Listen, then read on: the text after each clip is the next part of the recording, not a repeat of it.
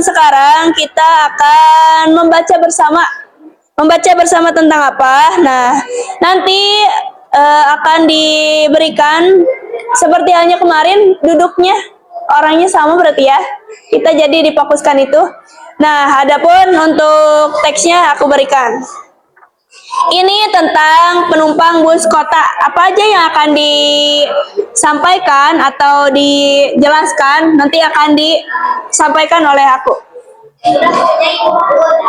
Aman? Siapa tuh? Ya gak apa-apa, ini untuk ininya aja. Siap. Yang udah, ini untuk yang belum. Karena kan ini sifatnya mengelilingkan, ngelingkar. Ya. Ya gak apa. Ini kan dikau sama siapa? Gofar. Ini gini. Ya, duduknya per kelompok kembali. Jadi tadi kan yang ini udah kelompok 5 udah. Kelompok 1 udah megang belum? Belum ya? Nih. Kelompok 2 udah ya. 3 ini.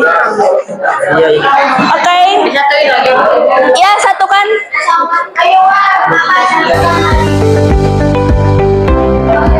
Nah, ini ada 6 yang terdapat di dalam tulisan atau yang terdapat di dalam teks penumpang bus kota. Itu penumpang bus kota itu mengenai teks laporan hasil observasi. Di mana jelajah katanya? Ini ada 6 kata yang terdapat di dalam teks tersebut. Nah, perlu kalian ketahui juga bahwa ini ada tabel yang perlu kalian ada apa tidak ada sih di percakapan atau di teks laporan hasil observasi mengenai penumpang bus kota itu apa aja? Nih, ini ada 5 yang perlu diinikan. Ini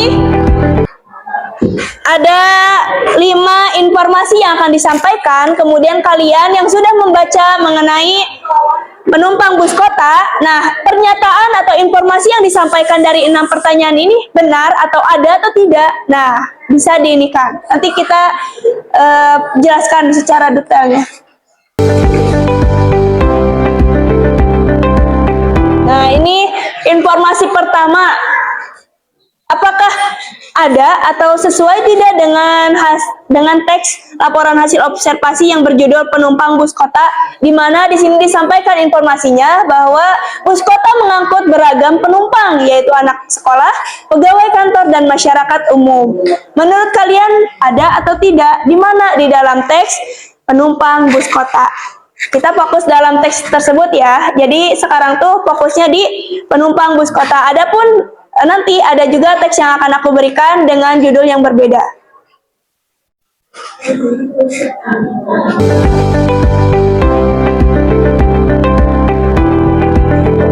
Oke, ada 5 pernyataan informasi yang bisa kalian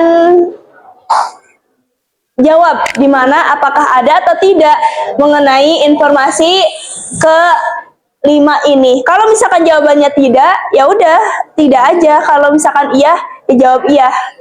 Karena ini sesuai dengan teks laporan hasil observasi yang berjudul penumpang bus kota. Kepada ini, silakan. Judulnya ini berlatih. Adapun kalau ini jelajah kata. Jadi nanti di kedepannya ada beberapa teks yang akan aku berikan kepada kalian. Nah, nanti akan aku instruksikan untuk membaca bersama. Itu yang pertama. Kemudian yang kedua, jelajahi kata yang memang kalian tidak tahu gitu di dalam teks tersebut. Contohnya yang tadi kan penumpang bus kota. Nah, ada jelajah katanya ada apa aja sih? Ternyata ada 6 yang terdapat di teks tersebut. Adapun ini yang berlatih mengenai informasi yang terdapat di teks tersebut ada atau tidak, dan itu sesuai dengan analisis yang telah kalian baca. Udah selesai ya semuanya. Mari kita lanjutkan ke ini berlatih mengenai informasi yang telah kalian baca di teks penumpang bus kota. Pertanyaan pertama, coba akan aku tanyakan. Informasi di tabel ini menyampaikan bus kota mengangkut beragam penumpang, yaitu anak sekolah, pegawai kantor, dan masyarakat umum. Ada atau tidak? Ada? Tidak? Ada. Oke, siap. Berarti satu suara ya, jawabannya ada. Adapun selanjutnya, seorang peserta didik berseragam SMP tepat di belakang sopir. Adanya kalian lihat di teks mana coba? Yang ada di paragraf berapa? Paragraf mana? Kedua. Ya, betul ya. Jawabannya ada. Jadi ada. Ketiga, ada seorang ibu yang memangku anak balita. Ya, ini juga dipertegas melalui gambar yang ada di cover ya.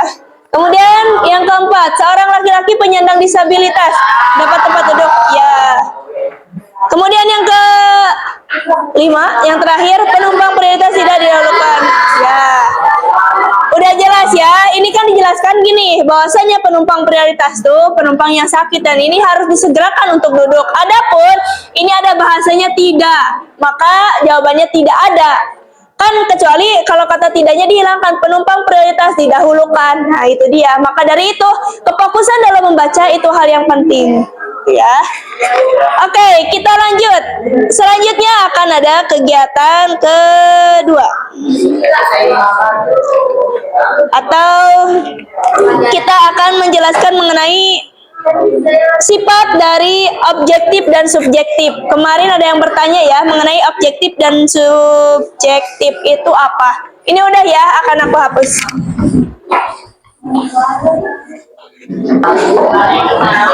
Kita akan membahas mengenai teks laporan hasil observasi di mana tentang kalimat objektif dan subjektif yang pernah kalian tanyakan kemarin. Kita jawab sekarang dan hari ini.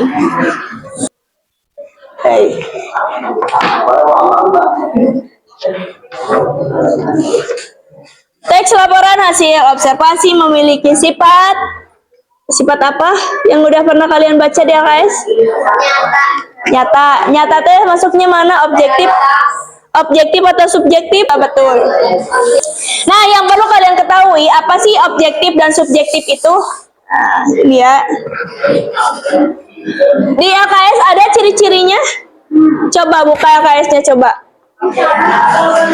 Ya, keduanya ada. Ada? Yang mana, Ibu? Ini. Di halaman 7, ada di halaman 7. Silahkan kalian lihat halaman 6 dan halaman 7. Yang memahami teks laporan hasil observasi, garis bawahi pertama ciri-ciri teks hasil observasi sama kalimat objektif. Garis bawahi. Ya, garis bawahi. Kita fokus ke itu. Objektif dan subjektif. Perbedaannya apa biar kalian mudah untuk memahamkannya. Objektif. Nah, ini. Di halaman 6 sampai 7. Oke, ini ya, kalimat objektif dan subjektif. Objektif yaitu informasi yang dapat diverifikasi berdasarkan fakta dan bukti. Nah, ininya garis bawahi, fakta dan bukti. Harus fakta dan ada buktinya. Contoh, aku contohkan. Kita contohkan apa? Fakta dan bukti. Ketika ini contohnya. Yang kalimat objektif. Setiap tahun terdiri dari 12 bulan. Itu kan fakta, karena di dalam satu tahun itu pasti ada 12 bulan. Buktinya mana? Buktinya kalian bisa lihat di kalender itu 12 bulan. Nah, gitu contohnya. Itu contoh dari objektif. Tergambar ya. Kemudian subjektif. Ini subjektif artinya informasi atau perspektif berdasarkan perasaan, opini atau emosi. Jadi pendapat seseorang. Contoh, aku contohkan gini. Contohnya ini, tasku yang baru lebih bagus dari milik adikku. Atau gini, tas Zakaria lebih bagus dibandingkan tas Gopar misalkan. Apakah benar atau tidak misalkan? Gitu ya, itu contohnya. Jadi itu mengenai perspektif, perasaan atau opini, pendapat yang disampaikan oleh aku pribadi gitu. Adapun pendapat orang lain pasti berbeda juga. Makanya kenapa teks laporan hasil observasi harus objektif? Karena biar sama jawabannya. Tadi dicontohkan setiap tahun memiliki 12 bulan. Itu memang benar. Bahkan semua orang di MTSN 1 Cimahi pasti menyampaikan bahwa 1 tahun ada 12 bulan. Dan itu pasti sama jawabannya. Adapun kalau misalkan subjektif, itu pasti berbeda-beda jawabannya. Ketika aku menyampaikan tas Zakaria berbeda dengan tas Gopar, lebih bagus misalkan yang Zakaria menurut aku, tapi kan menurut kalian lebih, ada juga mungkin yang mendapat atau berpendapat bahwa tas Gopar lebih unik dibandingkan yang Zakaria misalkan gitu. Contoh ya, gitu. Jadi objektif, teks laporan hasil observasi sifatnya objektif, ada fakta dan buktinya. Sedangkan kalau subjektif ini tidak dipakai dalam teks laporan hasil observasi. Begitu ya. Ke gambar 2 ini bisa membedakan. Nah, kalau misalkan bisa membedakan, contoh, menurut kalian ini bagaimana? Termasuk objektif apa subjektif? Dengarkan kalimat di bawah ini. Pukul 7 WIB, bus kota nomor 17 melaju di sepanjang Jalan Jenderal Sudirman. Kalian objektif atau subjektif? Ya, objektif. Kenapa? Karena memang setiap pukul 7 bahwa bus kota nomor 17 melaju. Kemudian kedua, sopir mengendarai bus sangat kencang tanpa memedulikan keselamatan penumpang. Subjek. Kenapa subjek? Ya, karena ya begitu. Kemudian ketiga, penumpang di Pabel itu menyadarkan kruknya di kursi, jadian lagi, penumpang di Pabel itu menyandarkan kruknya di kursi. Objek apa subjek? Ya, objek, karena ini pernyataan sesuai dengan faktanya. Kita lihat benar gak orang tersebut menyandarkan kruknya di kursi. Kalau benar berarti fakta gitu.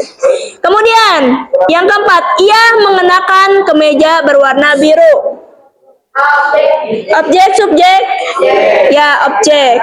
Kemudian yang kelima, di dalam bus ini mungkin tidak ada satupun penumpang yang peduli pada keselamatan orang lain. Ya, subjek. Jadi udah tergambar ya, sifatnya subjek itu pribadi, perasaan, pendapat, emosi, dan sebagainya yang sifatnya ini. Adapun kalau objektif yang berdasarkan fakta dan ada buktinya. Oke, berarti udah lumayan ya. Alhamdulillah kalian cepat dalam ini. Oke, sampai di sini ada yang mau tanyakan sebelum kita lanjut mengenai topik dan gagasan utama. Ya, silakan ditulis dulu sebagai catatan. Ini contohnya ya, contohnya aku tulis juga.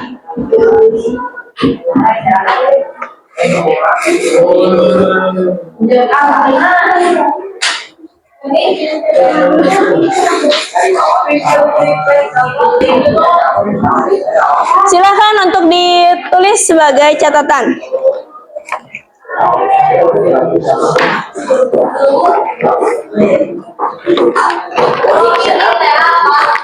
Pendapat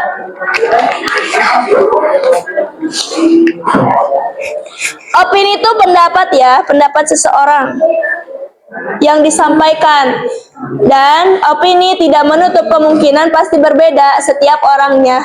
Sekarang cuma sekian, nanti minggu depan kita akan membahas mengenai topik utama dan gagasan di teks laporan hasil observasi. Dijaga kesehatannya, mudah-mudahan di hari Selasa kita dalam keadaan sehat walafiat. Terima kasih. Wassalamualaikum warahmatullahi wabarakatuh.